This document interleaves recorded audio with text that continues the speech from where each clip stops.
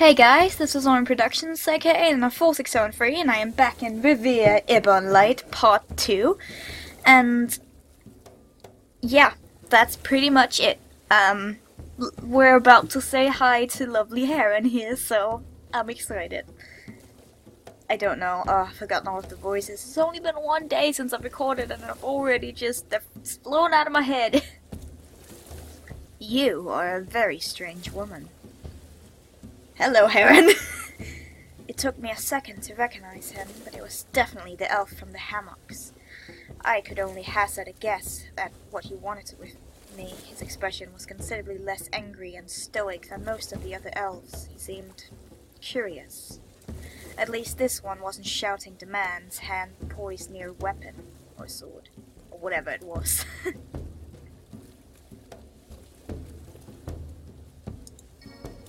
That's curious. What is? The man I find sneaking through the women's quarters is now calling me strange. Oh, that's not so strange compared to what you've done. What do you mean? Let me ask you something. Have you noticed anything odd? Sensory changes, noises, feelings?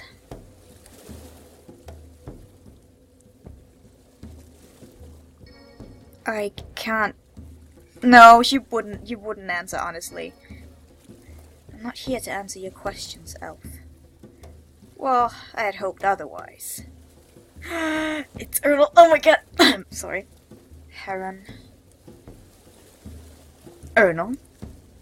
You're not supposed to be here, Heron. Yet another elf approached it, prompted a sigh from the first. This is what you call inconspicuous. Can at least try to blend in. Callie gave me permission not to make an ass of yourself. Then the new elf finally seemed to realize I existed. Oh, I need to remove my phone before... And he seemed confused. What? What? Wait, was it Venus who said what? Yeah, it was. Oh yeah, he said what? What? Who are you? Why are you? If you thought I was charming, Maldrelli, just wait until you get to know Ernal. My brother has the grace of an elephant. Why is this human aboard the Bastion, Heron? I'll have you know I'm not thrilled about it either. Stop texting me! I swear to God. You would have to ask La Siga for details. It seems Dullier has commissioned her presence. Why? I'm sure he has a reason, not that he needs one. You know that you already have one human trophy. She's not human. She's that doesn't matter. Why? What does Juliet do? I am fucking up. All of the new words. What does Dullier want with this human? I focused my attention on the first elf, Heron, who seemed to know something he wasn't telling. Unfortunately, his attention was focused on me in return. Both of us stayed silent, willing the other to speak first. For the love of the heart, this is not the time or the place. If neither of you care to explain, both of you need to get off the deck, especially you, Heron.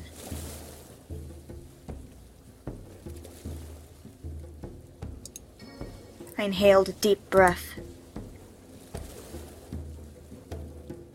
I drank a spice Lacey referred to as a marrow, the Cafintal! I knew it! His pitiable excitement did little to comfort me. So, what's going to happen to me? After consuming Cafintal, I'm surprised you're alive. Cafintal? What? So it is poison. It is poison after all. Somehow in my gut I knew it to be true. No, calm down. The fact remains you are alive. What does that mean? That's truly a fascinating question. It lost whatever potency it had over the years. It never worked quite the way Dullier thought it did. Both possible, yes. But you hope for something else, of course. Of course. The potential is... Excuse me, the explanation? I'm trying to explain. The explanation is that this is so unusual and unknown that no one knows what will happen. Wow. Not actually information, is it? I can't even tell you with complete certainty what the Cafintal is. It's all muddled up in fragmented history, lost, retold, obscured, guessed at. So much so that the likelihood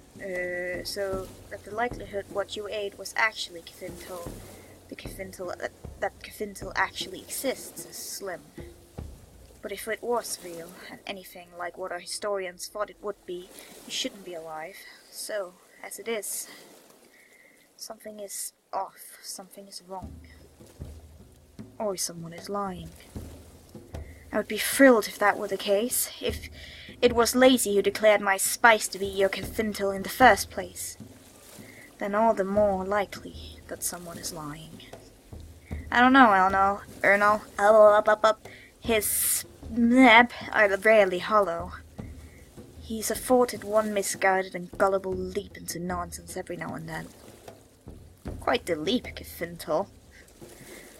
What about the vibrations? Do you feel like you're underwater? Heron's attention snapped back to me. No! If it was Cafintal, just because she's not dead yet. Ernal, have a bit of tact. Tact? Tell me what you know about the Cafintal. What, at least you think you know. Even if what I drank was not actually the Cafintal, I want to know all I can. Right, of course. The Cafintal is an ancient marrow referenced throughout the oldest of our preserved history. The information is fragmented, so ultimately all we can do is guess at how it was used. It seemed some of our most prestigious warriors were connected to the Cafintal, or leaders. Some believe they laced their weapons with it, others believe they mended their wounds with it, some believe they consumed it. As you have. Could have really done without him looking so excited at the fact. And it was not augment. No, that's not the right word. Right. But what did it do? It enhanced them somehow, made them stronger or something else. The references are always vague, not pure strength, something big but obscure. The reigning theory, it enhanced them at a cost. This is why my brother seems to reject the idea that you consumed the Cafintal and are still alive. Give me a sec. Water. If he wanted the Cafintal, and this is what he got, Dillier won't be pleased. Well, if he doesn't want her, oh, he will. I just don't think he'll be pleased. Oh! Ugh. Heron, I told you to keep out of sight, you maggot! Ernal groaned. This is on your head, Heron. Nevertheless, Heron seemed unfazed. Try to keep note on anything odd you might feel. Bear it great attention. It could end up being extremely important. Allow yourself plenty of rest. Every nuance, even the barest of threads tied to the Cafintal, is invaluable, in affluence as well as in influence. That is why the Onyx Chandler wants me. One of the reasons, Dillier calls himself the Onyx Chandler because he is one of our foremost entrepreneurs, and a Galian entrepreneur is by nature... Well, don't mind that. If you would rather a different, slightly more, eccentric patron, I will string you to the mast, then, there, if you, and you will, to the mast, and there you will stay if you do not. He's going. I have to go. Keep precious care of yourself, princess. Why was he going to call him Why was he going to call her princess? Why did I make him like that? I guess it fitted his personality. I am fucking up every single word. I'm just gonna articulate sentences.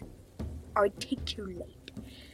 Ernal watched Heron and Kelly move away. Though Heron had seemed irreverent at first, he was now moving off as quick as he could, appearing thoroughly cowed. And then, all that was left was Ernal. My Ernal. If you haven't already guessed it, this is probably the character I'm gonna try and go for. Hopefully. I really want to go for Ernal. But like, yeah, I'm like kind of torn between Lacey and Ernal. I don't know, but I kind of want to go for Ernal.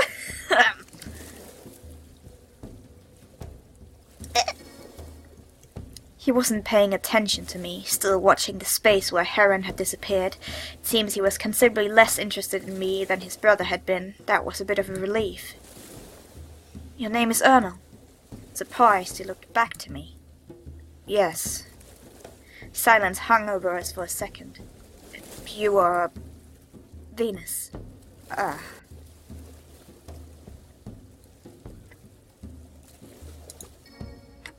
What is it you do aboard the ship? Why? Why, not. I haven't had the chance to talk to many of you, and you at least speak in the same language I do. I am a soldier. We all are. I'm currently tasked assisting the ship's quartermaster. It's not exciting. What were you doing near Edric? Edric? I can't tell you that. Then, he sighed. All right. Can you tell me more about the Cafintal, Ernal? My brother knows more about it than I do. It's a fascination of his. But if you're asking for my personal opinion, it's far less optimistic than Heron's. I don't think the Cafintal was a secret treasure or a secret power. I think it was a punishment. So that's why you think it'll kill me. I think if that was Cafintal and you consumed it, you would be lucky if all it did was kill you. I didn't know what to say. I am sorry. Perhaps I could do with some tact. You're fine. It's fine. It seems like you know the Onyx Chandler, Dulier. I do. We've known each other for years. If you're hoping to gain insight into what he wants with you, you'll be disappointed. Ah, he keeps his motivations to himself. Not always, but my loyalty is certainly not with you. So he's your friend. So I suppose you and Dulier are close. Close is an odd word. Then whatever you want to call it. It's comforting, makes him seem less like an opposing shadow, more like a person. Him being a person shouldn't be a comfort. But I will say that you have less to fear from him than Lasiga no doubt made it seem. Don't take my word for it, though. Dulier is not always predictable. I don't want to be a begrudged thought as you find yourself strapped to a table with your stomach split open. Tact, Ernal, please. I'll leave you alone then. He nodded and wasted no time going on his way. The strangeness began that night. It settled in my hammock and began to drift. I settled in my hammock and began to drift to sleep when cold hands seized hold of my lungs. They squeezed sudden and tight. My eyes flew open, but all I saw was the dark. All of the light was gone. I wanted to cry out, but I didn't seem to be able. I'd lost my voice. No, I'd lost my throat. Panic was there, bubbling under my ribs, but on the surface I was calm. My eyes were open, searching the blackness, eagerly waiting for the page to turn. But after that, I don't remember. I fell asleep, I think. And then we were arriving. We were home, but not my home. We had arrived in Galia. Around me the elves spoke excitedly. They were happy their journey was at an end.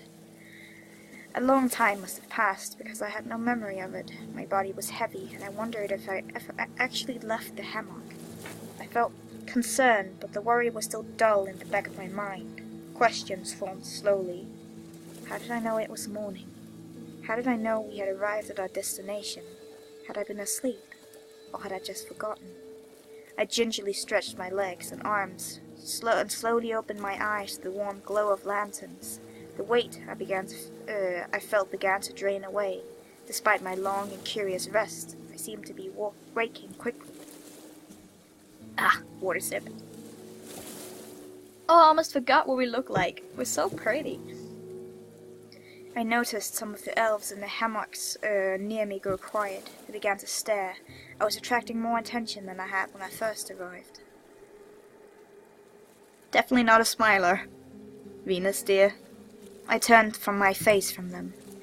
I had, after all, considerably more pressing matters to tend to. I began walking towards the stairs leading onto deck, moving carefully and slow. I felt awake and light, and despite all the strangeness and buried concern, I felt happy to be awake. But on the first step, my body filled with weight again. My legs were especially heavy, bearing down where I stood like heavy rocks. But worse, the world began to sway, a slow, sticky pendulum. Elves forming a line behind me urged me forward, caught in a busy fray of soldiers easy to disembark. I tried to move my legs, but the weight in them made it impossible. No matter how I strained, my legs refused to budge. Some of the elves behind me began to rumble in impatience. Their complaints were escalating rapidly. Ignoring the elves around me, I moved my right arm to the top of my legs and pressed my thigh. An attempt at prodding my legs into waking. The elves became increasingly restless, moving with rising aggression around me. They would make to shove me, but I'd barely move. I was not heavy only to myself. I didn't concern myself with them overmuch. I continued to prod my legs, trying to rouse them. Then I felt my thighs tighten, burst alive, and I was back in control, awake again. That's scary. Jeez. Aboard the deck, I moved as fast as I dared to the rail, eager to be out of the way if my legs locked up again. I stayed there for a while until Lacey found me. Human, it's time to go ashore. I am having trouble moving. Is that so? He obviously didn't believe me. I truly am. Everything feels wrong. Then I'll carry you. Lasiga. Madeline approached the two of us from nearby, his icy stare fixed on Lacey. Lacey exhaled a deeply annoyed sigh. Vaden, not right now. Play your instincts to coddle the weak and helpless until I get her ashore. If dealing with her causes you such frustration, Lasiga, I would gladly escort her to Juliet myself. You would do that for me. Hand her over and collect my gain. Julienne, man. She doesn't need your help. She's a Galian superpower newly becoming after all. I felt the commander's strong grip as she pulled me against an armored body.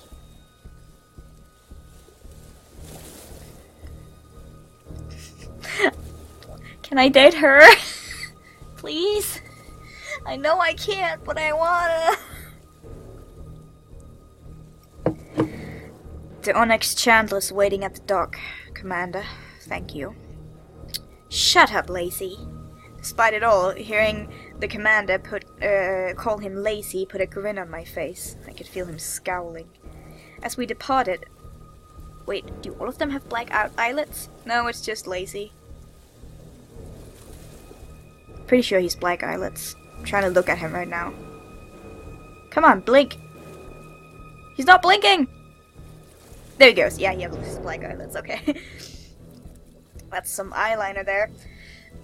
Perhaps the sway of the As we departed the bastion, I found myself hoping my mysterious symptoms would clear. Perhaps the sway of the ocean was exhausting me somehow. Perhaps I was seasick. Seasick. That's all.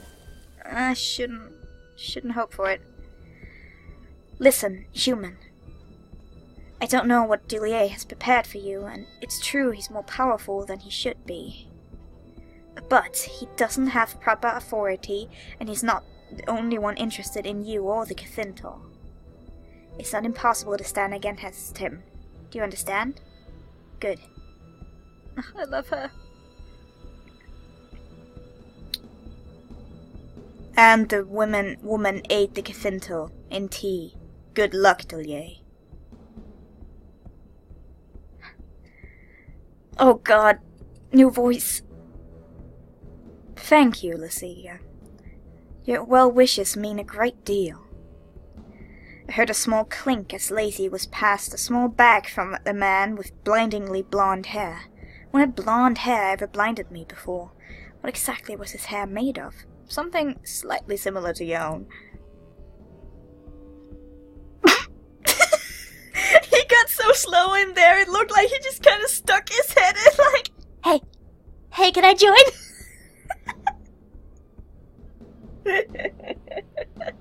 I don't know. Okay. Dullier. Ernal?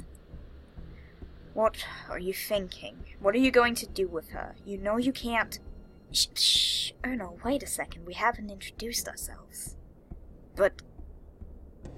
Welcome to Galia, Miss Venus. It is truly a pleasure. I am Dullier Lauschust, or the Onyx Chandler, as you may have heard. There you go.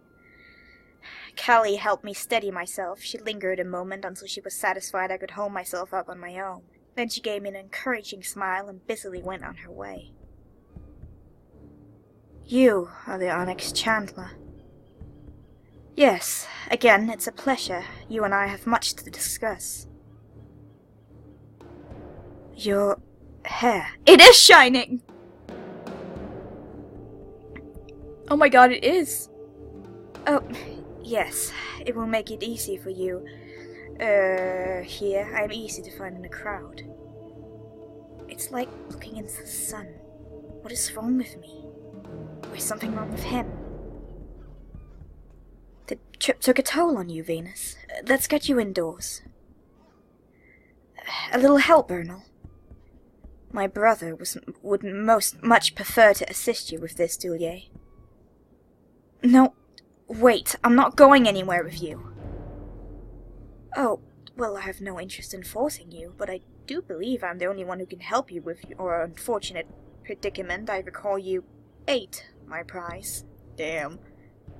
I didn't do it on purpose. I expect not.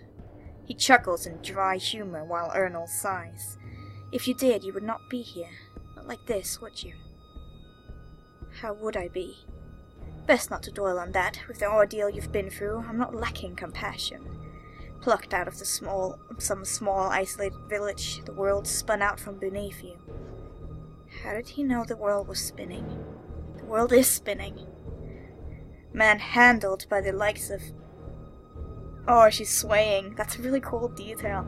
Manhandled and coiled by the likes of Lasiga, and in this colorless isle of mine, you probably can't tell up from down.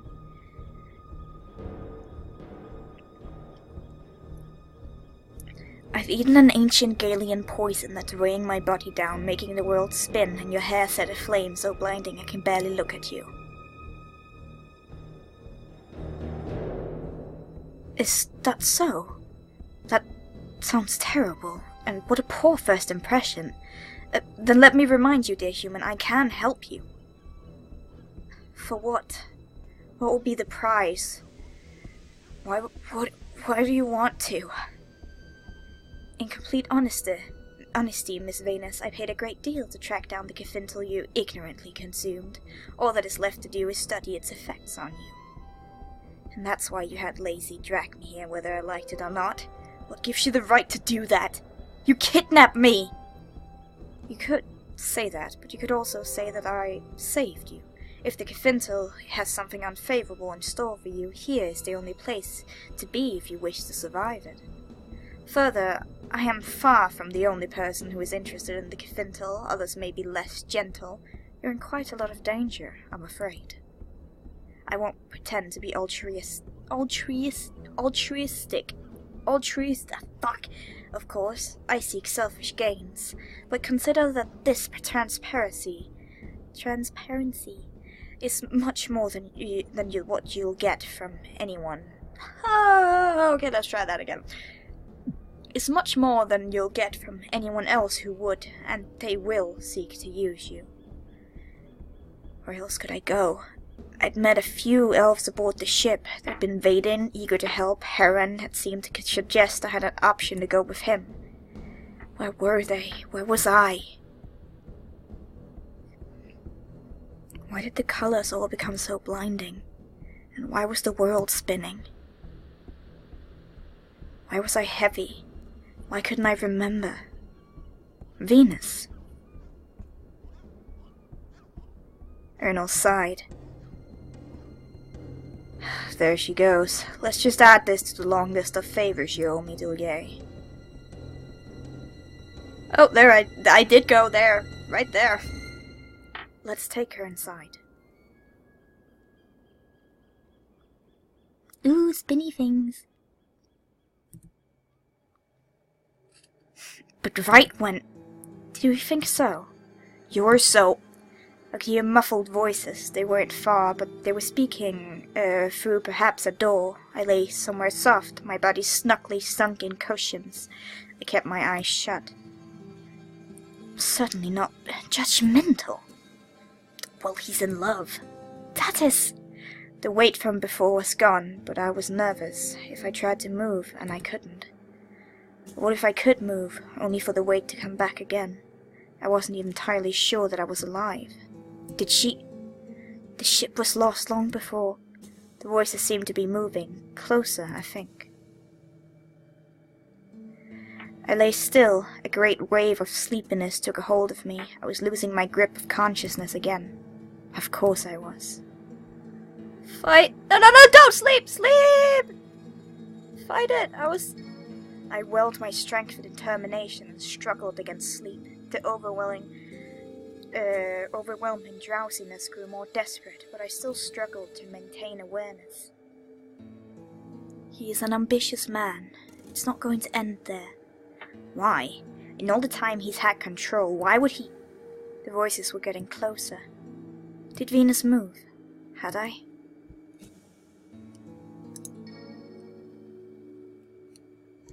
I slowly and slightly shifted my arm, trying to avoid notice. I wasn't sure if it was wise to capture the attention of the voices, but I needed to know if I could move. She's moving. Venus, can you hear me? Can you open your eyes? I could try.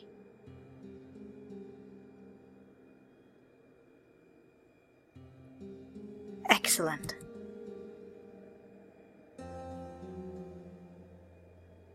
He is definitely creepy. Can you talk? Could I? Take your time, you've been asleep for a while now. When you're feeling better, you really need to eat something. How long? How long this time?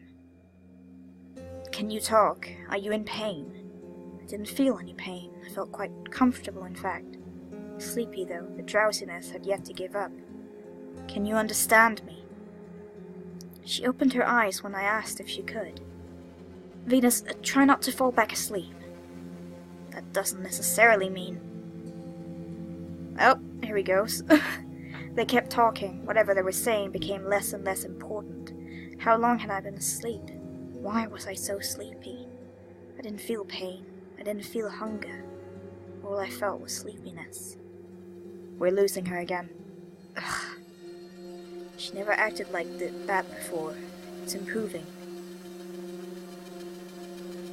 It better be. I don't know how much time we have. This is scary. And so well done! I sat up and found myself in a dark room. My head was pounding. I felt cold and very hungry. I seemed to be in a bedroom. There was a window nearby outside.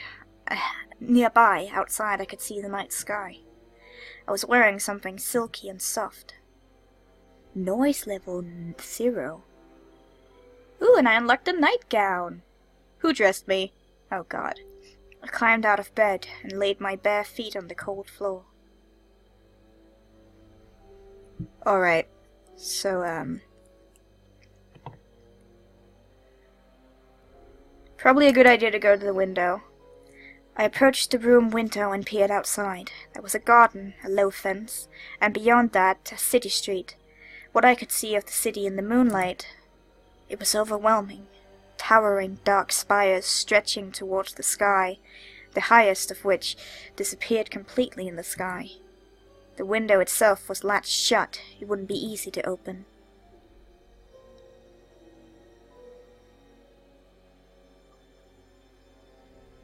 It's probably gonna... Well, there's no way down right now, so leave it alone. We don't want the noise level to go up. Search the bedroom. The room I was in was pristine and extravagantly decorated.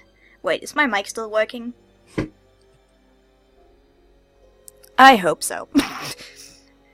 I was worlds away from Aunt Vanya's hut in Edric, that's how I'm gonna pronounce it, Nana. There was a dresser, a nightstand, and a dressing table with multiple narrow drawers.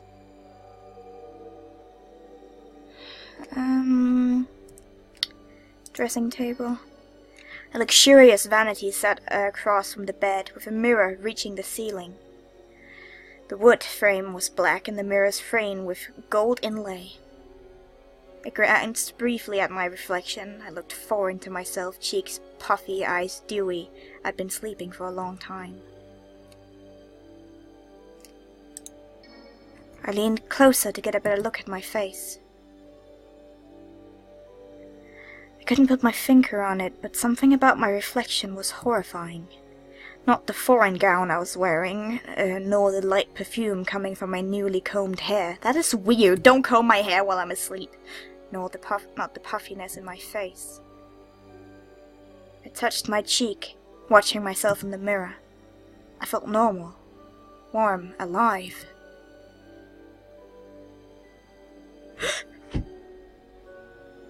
What?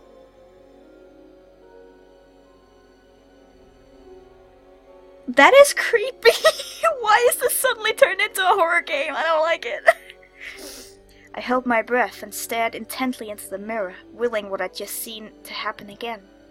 Nothing happened, and eventually I resolved to continuing my search. Alright, so we got a little... leave it alone. Alright. Nightstand. The small nightstand near the bed was made out of stone and glass. The glass was colored, shining in the moonlight. There was a strip of parchment stained with a single drop of blood pinned underneath a heavy lantern. The parchment, oh god, the noise level went up, was snugly caught underneath the lantern, forcing the parchment out. Caused the lantern to slide, loud in the quiet. I opened the parchment, careful not to touch the drop of blood. There was writing within that I could not decipher. Okay, never mind, then it's not really worth it. I know I'm safe scumming, but... okay, I'm not gonna do that anymore after this. I'm just gonna... Wait, no. Yeah, I want to see the art. I took some time to examine the room's artwork. There were statues and statuettes on most of the surfaces, the walls covered in paintings. Even the draperies seemed to tell a story. I noticed that each extravagant piece was deceptive at first. Pieces seemed grand and happy, but only until I looked at them closer. Then they became morbid, sinister. Eye of the beholder, perhaps.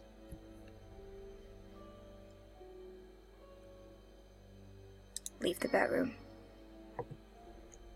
The bedroom door was unlocked and opened mercifully without a creak.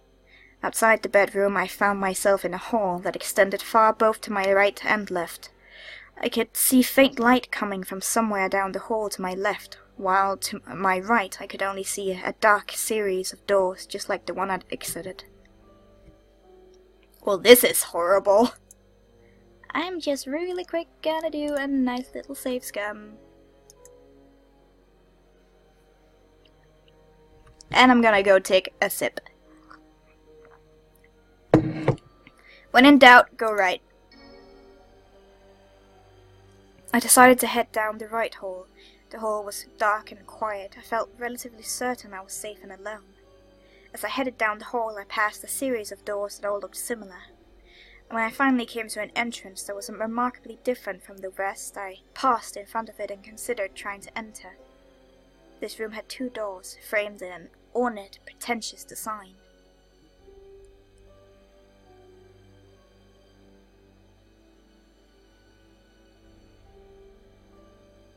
Why can't I listen at the door? Alright. When I moved further down the hall, until I was all the way to an end. I began to turn back around when I heard a muffled voice through a nearby door. My first instinct was to freeze in place, convinced I was about to be discovered, but the quiet voice continued to speak without missing a beat, completely unaware of my existence. I could tell it was a woman talking. though I could not make the words out through the door, and even if I was sitting right next to who was talking, they were probably speaking their language, and not mine. No, I don't want any of this. I'm gonna go back. Oh shit. Didn't mean to do that. I wanna try going left. I know I'm safe scumming, but I'm curious about everything. I steeled myself and carefully made— I have to stop doing that. Okay, from now on, I don't load, no matter what happens. Okay, Nana? You don't load. You keep going, no matter if the things are, like, bad. I steeled myself and carefully made my way down the left hall as quietly as I could. The closer I got to the light, the clearer the sound of a fire crackling. Drawing closer still, a smell overtook my senses. Something was being cooked, something which smelled delicious, and to a stomach as bare as mine, utterly intoxicating. I inched my way to the very edge of the open archway, just inside the warm glow, the delicious smell.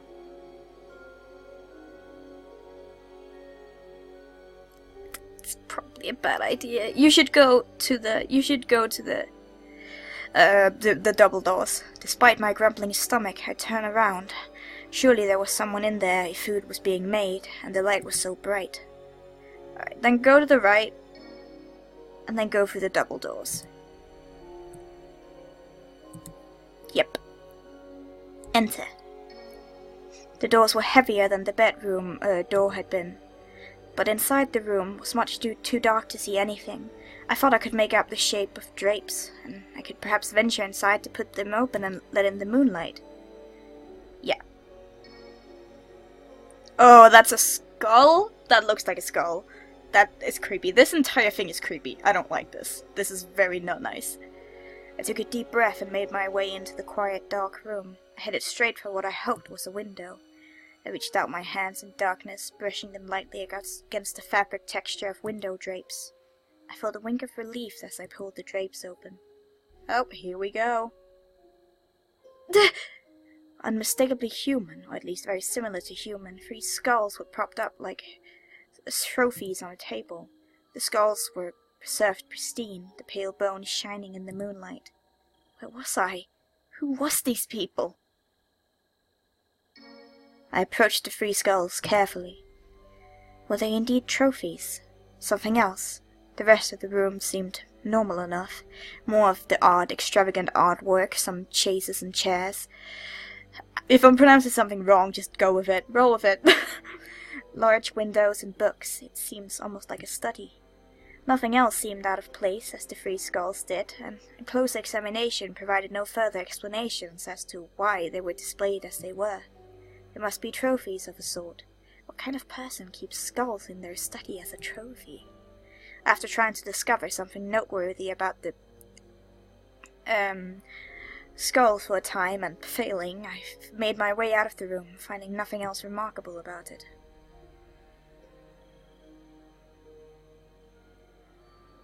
Okay, let's go back to the food room then. Or maybe we should go back to the bedroom and try for an escape. That's probably maybe a bad idea. Let's do it. I turned back to the bedroom, quietly letting myself back in.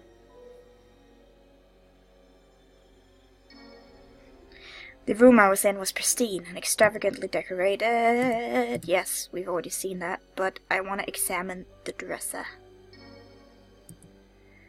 My hand felt the handle of a drawer, and I gave it a gentle tug. The drawer gave a quiet thump. It was locked.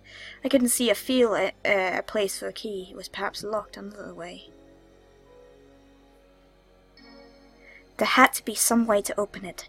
The way was hidden somewhere, and it was only a matter of finding it. I ran my hand across the corner of the dresser, just about to give up, when I found a tiny latch on the underside of the top panel. Ooh, that went up. The latch switched easily, and I heard an audible click. The drawer slid open. When I looked inside the drawer, I found a silky, translucent cloth wrapped around the form of a tiny box. It gently pulled the cloth away, so soft to the touch it seemed to melt between my fingers. The box, once revealed, was built into the bottom of the drawer. It had a delicate lid inlaid with painted colors of red and green that slid open with gentle pressure. Inside the box I found small, loose, iridescent iridescent scales and rings and pendants made out of the same scales. One of the rings stood out among them all, carelessly tossed in a corner, yet so utterly captivating. The ring had a scale band of red and blue, wrapping up around the finger, topped with a small orb that seemed to maintain a very subtle glow.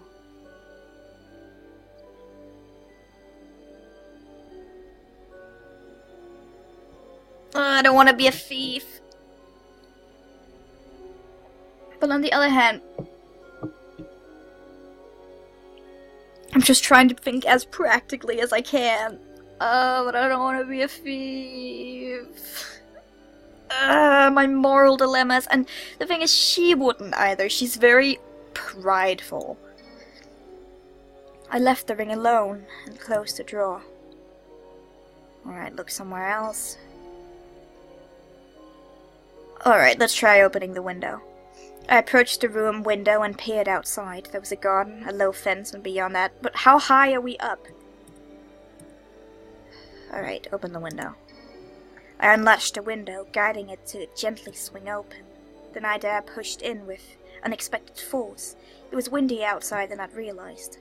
Still, I gripped the windowsill and leaned outside the room, briefly considering running out into the city. But no, not in this nightgown. It was far too cold, and it was far too unknown. Who's to say what was out there was safer than what's in here? When I leaned back inside, I noticed I had put my hand in some sort of sticky residue. It was dark like sap, and in a house and room so utterly pristine, it was suspiciously out of place. Curious. Perhaps I should close the window, even though it would be trickier to shut it quietly than it had been to open quietly. This is our escape plan. They're gonna lock it, probably. I'm just thinking if we don't close it. So we gotta. The pressure of the wind made it a bit noisier than I'd like, but I closed the window. Alright, my noise meter is almost away. Let's leave the bedroom and go find food and maybe clothes. Go left. First food, then clothes. At least peek in here. Oh, it's level 11. Yeah, well, unable to restrain myself, I carefully peered into the room with the glorious smell. Before me I saw a large kitchen. A large fire was responsible for the bright glow, and just above the fire a pot where no doubt food could be found. My appetite as ravenous as it was, I couldn't restrain myself any longer. No, don't get the soup! Don't eat fucking soup! That's a bad idea. I can't go back now. Nothing was ever more delicious. Look for a knife! Well, I guess we had food now, but this whole thing started because we ate and drank things we weren't supposed to. Head back into the main hall. I backtracked, and once again I was in front of my bedroom door. Go to the right.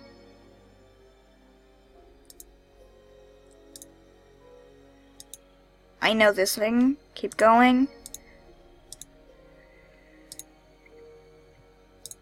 Actually, you know what? Sneak back to the bedroom. Head back into the bedroom.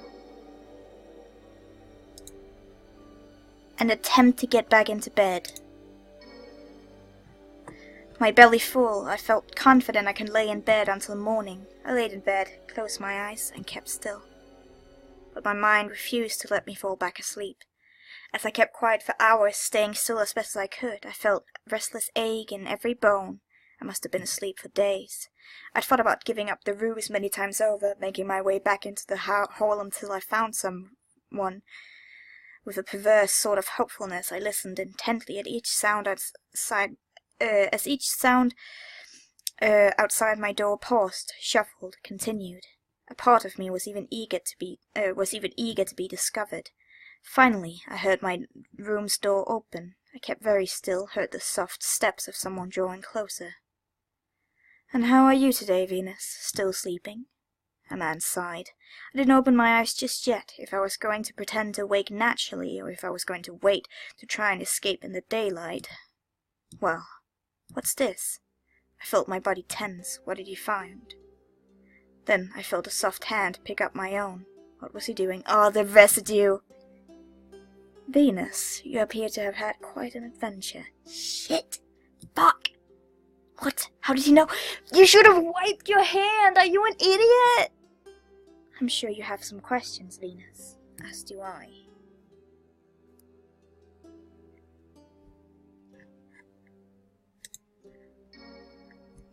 Why am I here? What's going on? You're here because you drank the Cathintal. I've been studying what it's done to you, and I've been trying to determine how best to help you. Help me? Of course. Why wouldn't I want to see you thrive? It's hardly in either of our interests to see you suffer, or worse, die. I never agreed to come here. You weren't in a position to agree. You had lost consciousness in the street. I was behooved to assist, with or without your consent, or do you disagree? How convenient. Well, your aims are well suited. He wants me under your thumb to begin with. He snorts. That's true. Again, let me remind you that I wish for you to thrive.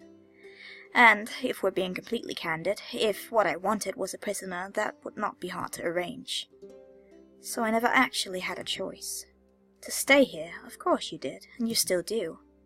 That's strange. Lacey was ready to force me anywhere. I had contracted Lasiga to receive the Cathintal. I certainly did not expect that it would come in form of, you. Now that it has, whether either of us likes it, we're both forced to adapt to the situation as we can.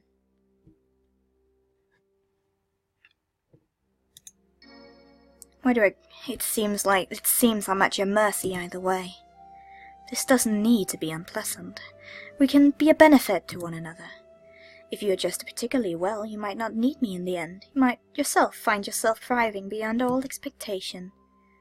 And should you harbor desire for revenge against Lasiga and myself, at that point we'd be at your mercy. And why would you ever let me out of your control? I again remind you that you are hardly in chains, but with you, the Cathintal are an ancient fire. It makes you unknown. You can trust that, if nothing else, I intend to treat it with careful reverence. And you have information about what's happening to me. Some, not as much as I'd liked, but I'd be happy to share what I know. I've had healers compiling theories since before you arrived. We had an idea what to be wary of, but it's not all, for loss. Healers, have I been ill? You've been asleep!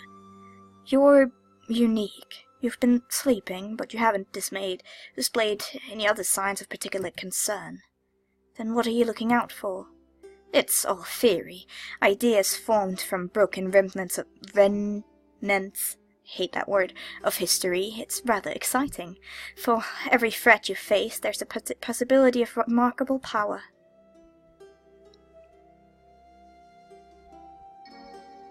Then tell me how it is I might suffer.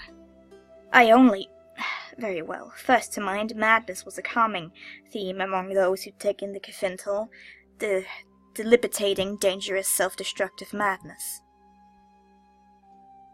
Great. Fantastic. Optimistically, the threats that leads them great. The madness also suggests taking the Cathintal was a desperate, reckless last stand for some end or another. Water. Perhaps they'd already been driven mad. One can hope. We cling to hope where we can. I began to feel overwhelmed, and my world began to get hazy again. While I wanted more information, the more I heard, the more difficult it became to listen. Dillier smiled in a way I assumed was meaning to be comforting. Perhaps it would be better to pace this out. Take a chance to reacquaint yourself with the waking world, and I will gather information I've collected and present it to you this evening. You can have the run of the estate in the meantime.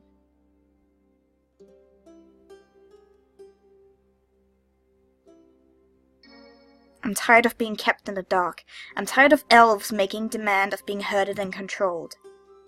No one could fault you for wanting to understand what's happening to you, Venus, but we need to be careful. The past few times you've been awake, you've lost consciousness, and rather than that risk again, we should take things slow. I'm not going to faint again. That is what I hope as well. So then you can... I sighed. You're not going to tell me anything no matter what I say, are you? No, not right now. I apologize for the frustration, but I'll be happy to answer all I can this evening. Then I suppose I'll wait. Thank you. Thank you. Yet again I had absolutely no choice. He merely smiles. Perhaps you'd like some air out in the garden. What passes for a garden in the mouth of the city anyway. Oh, and Venus, you do... recall meeting an elf named Heron when you were aboard the Bastion. Heron, young, pleased with himself. Yes, I met him. Dillier sighs. Heron and Ernal will be out over this evening. Heron's been relentlessly trying to get an audience with you. He's been at it for days now. They're bringing over their own records concerning the Cafintal. I suspect you'd be interested. 2 birds, 1 stone. Alright, I'll meet with them. Excellent. Perhaps seeing slightly familiar faces will be a comfort for you. Bearing that in mind, that I know about them as well as I know about you. But to hear Heron tell it, you were chicks of the same nest. If you need anything, there are servants that can assist you. Somewhere.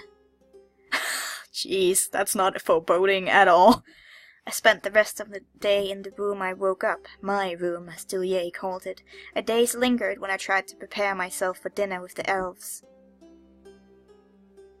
What answers could I hope to get from these elves? Dillier seems as trustworthy as a golden snake in a wheat field, from what I could remember of Heron and Ernal. Heron's mind is scattered and difficult to place, and Ernal is hardly my ally. If the Cafintal is so mysterious and so unknown, did they even have answers to give? I felt a sudden dread, both in suspecting I'd never get answers, and in fearing that I would. Knowing exactly what it was that nestled in my belly, slithered around in my veins, stirred up my head. Venus. I looked towards this voice and immediately felt wary. A woman entered my room without waiting for a reply and stood before me. Hi. I've never seen her before. She wore an unfriendly expression. Greetings. Have we met? No, we haven't. Well? You're Venus. Yes. I see. What do you want? I wanted to see the girl causing all the commotion. The girl who's so incredibly unlucky and maybe stupid. Well, I suppose now you'll be on your way then. Aren't you distressed at all, nervous about your impending demise? Oh no, she got stuck. I didn't see this before. I think she's gotten stuck. She's not blinking. I'm sorry. At the moment, my biggest concern is the strange woman in my room. Okay. If you think I'm strange, you should hear what they're saying about you. Alright, I'll bite. What are they saying? What you'd expect, your selfish human fool who consumed... I'm so sorry that your face is stuck. Consumed the Cafintal to cover up a crime, and now will expect to pay for it in gory tenfold. I didn't. That you're disheveled and oblivious to be expected, of course. Does this mean you're not leaving? I wonder just how long your nonchalance will last you. Oh, your face is back. Thank God. I took a deep breath and focused carefully on the woman, who still not introduced herself. You didn't come here just to warn me. No. So? She sighed and avoided making eye contact. I had a bad feeling. As much trouble as you're in, you're not really any good for the people around you either. I don't want you here. Is that up to you? No. By the way, dinner's almost ready. Look in your dresser. The woman stepped back outside the room. Yeah, fuck her. Good riddance. Well then, the dresser. Alien attire. From the window in my room, the sky had turned a lighter grey, only to darken again. The wet haze outside thus had been a gloomy constant. There were a few windows in Dillier's house, and the interior was mostly black, so inside it was always dark. Excuse me. The maid who'd fetched me only said 2 words to me: "Come," and of course the tried and true favourite, "human." She led me through the house until we came to a pair of large doors. She stopped in front of one and waited for me to open the other.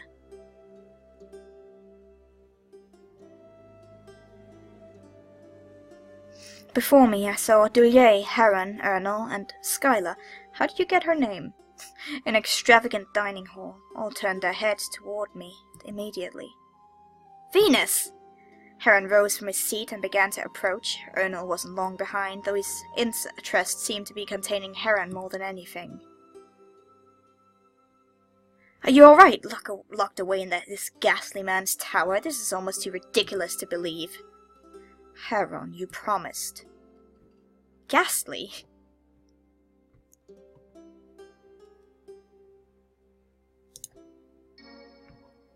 "Other than the Cafintal, the strange island of elves, everything is just fine." "That is mildly comforting. It would be a simple matter to swarm the palace with soldiers, Mandrali? Mandrali, just say the word." "She's not a captive, Heron." "Indeed. Now, if you want her to be a captive, by all means, swarm the place with soldiers." "There are soldiers looking to capture me." "Not proactively, not at the moment. However, should you be conveniently delivered to the forces, I very much doubt they'd let you go."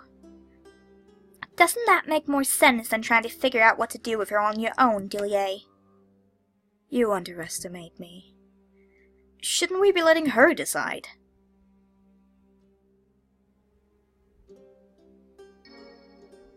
"There's nowhere to go. I stay here or go with the soldiers." "There are other options." "There are not." "You could always try running away." "Oh no, she's stuck again. I'm sorry." "For now, we should discuss the Cafintal as we came to do, yes?" I nodded. What I wanted to know most right now was everything I could about the Cafintal. The rest, well, one battle at a time. It's time I understood what's going on. "Your constitution seems to have returned." As though her lacking constitution were more than an excuse to keep her where you wanted. Heron. God. The brothers brought their father's collection of ancient Galilean texts. "It's very fortunate. I've been after these texts for decades, but with you here now, there's no time to be timid. Please, don't touch. Lanray is, well, as fun as it might be to upset his collection. These are precious artifacts, and aggravating him any more than necessary is a hassle none of us need right now."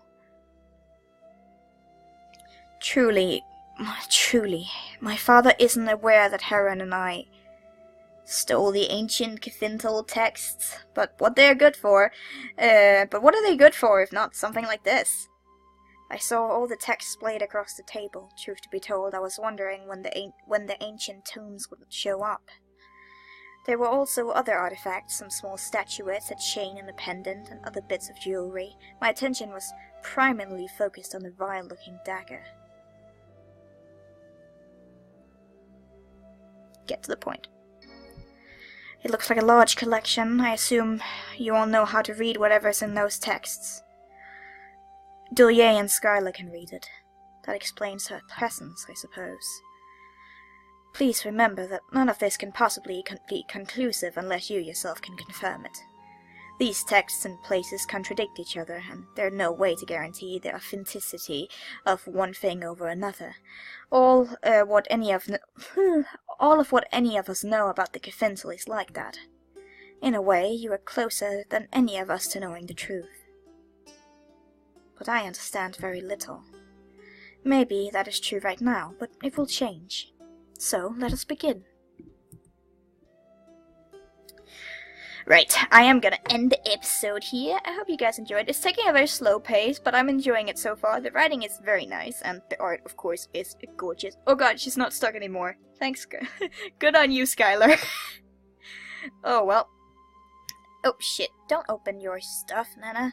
Anyway, I will see you in the next video, or whatever I make. Bye!